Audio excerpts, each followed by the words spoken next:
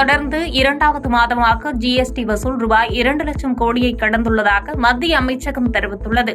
நாட்டில் நடப்பு நிதியாண்டின் மே மாதத்திற்கான ஜிஎஸ்டி வசூல் ரூபாய் 2 லட்சம் கோடியை கடந்தது. கடந்த ஆண்டு மே மாதம் ரூபாய் 1.72 லட்சம் கோடி வசூலான நிலையில் இந்த ஆண்டு 6.4% அதிகரித்து ரூபாய் 2.1 லட்சம் கோடி வசூல் செய்யப்பட்டுள்ளது. மகாராஷ்டிரா, தமிழ்நாடு, மேற்கு வங்கம், கர்நாடகா உள்ளிட்ட பெரிய மாநிலங்களில் ஜிஎஸ்டி வசூல் 17 முதல் 25% வரை அதிகரித்துள்ளது.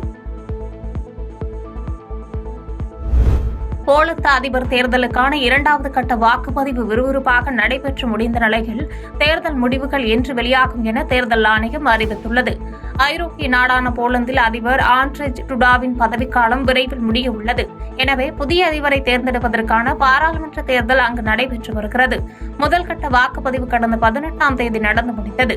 இதையடுத்து இரண்டாவது கட்ட வாக்குப்பதிவு நாடு முழுவதும் நேற்று விறுவிறுப்பாக நடைபெற்றது.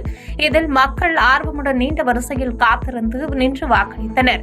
இந்த தேர்தல் முடிவுகள் இன்று வெளியாகும் என்று தேர்தல் ஆணையம் அறிவித்துள்ளது. வாக்கு வங்கிக்காக அனைத்தையும் மம்தா எதிர்க்கிறார் என்று மத்திய உள்துறை அமைச்சர் அமித்ஷா கண்டனம் தெரிவித்துள்ளார். மேற்கு வங்க மாநில கொல்கத்தாவில் நடைபெற்ற பாஜக கூட்டத்தில் பங்கேற்ற மத்திய உள்துறை அமைச்சர் அமித்ஷா அடுத்த ஆண்டு நடக்கவுள்ள சட்டசபை தேர்தலில் ஆட்சி அதிகாரத்தில் இருந்து திரிணாமுல் காங்கிரஸை விரட்டியடிக்க வேண்டும், முதலமைச்சர் மம்தா பானர்ஜியை வீட்டுக்கு அனுப்ப வேண்டும் என்று காட்டமாக பேசினார். மேலும் முஸ்லிம் ஓட்டு வங்கியை திருப்திப்படுத்தவே நமது ராணுவத்தின் ஆபரேஷன் சிந்தூர் நடவடிக்கையை மம்தா பானர்ஜி எதிர்த்தார் என்றும் தன் ஓட்டு வங்கிக்காக அனைத்து தாழ்ந்த நிலைப்பாடுகளையும் மம்தா பானர்ஜி தாண்டிவிட்டார் என்று விமர்சித்தார்.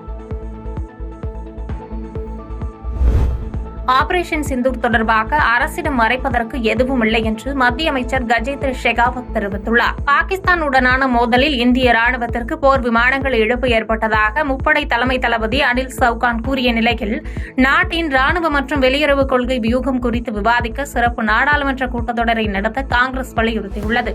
இந்த விவகாரம் தொடர்பாக ராஜஸ்தான் மாநிலம் ஜோத்பூரில் மத்திய கலாச்சாரம் மற்றும் சுற்றுலாத்துறை அமைச்சர் கஜேந்திர சிங் ஷெகாவத் செய்தியாளர்களிடம் பேசினார். அப்போது தெரிவித்த அவர், அரசிடம் மறைப்பதற்கு எதுவும் இல்லை. எதிர்க்கட்சிகளுக்கு ஏதேனும் குழப்பங்கள், கவலைகள் இருக்கும் பட்சத்தில் அவற்றுக்கு பதிலளிக்க அரசு தயாராக உள்ளது என்று தெரிவித்தார். உக்ரைன் எல்லையொட்டிய ரஷ்யாவின் பிரையன்ஸ் மற்றும் கூர்ஸ்க் பிராந்தியத்தில் 2 பாலங்கள் வெடிவிபத்தில் இடிந்து விழுந்ததில் 7 பேர் உயிரிழந்தனர். உக்ரைன் எல்லையில் உள்ள பிரையன்ஸ் பிராந்தியத்தில் நிகழ்ந்த முதல் வெடிவிபத்தில் பயணிகள் ரயிலின் மேல் பாலம் இடிந்து விழுந்து விபத்து ஏற்பட்டது. இதில் 7 பேர் உயிரிழந்தனர். இந்த விபத்து நடந்த சில மணி நேரங்களுக்கு பிறகு கூர்ஸ்க் பிராந்தியத்தில் மேலும் ஒரு பாலம் வெடிவிபத்தால் இடிந்து விழுந்ததில் 2வது ரயில் தடம் புரண்டதாக அதிகாரிகள் தெரிவித்தனர். இந்த விபத்தில் தீ விபத்தும் ஏற்பட்டுள்ளது. ஆனால் அதிர்ஷ்டவசமாக உயிரிழப்பு எதுவும் ஏற்படவில்லை என்று தெரிவிக்கப்பட்டுள்ளது.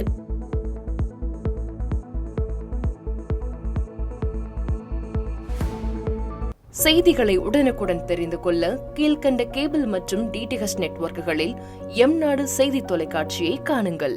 பாதகம் செய்பவரை கண்டால் நாம் பயம் கொள்ளலாகாது பாப்பா.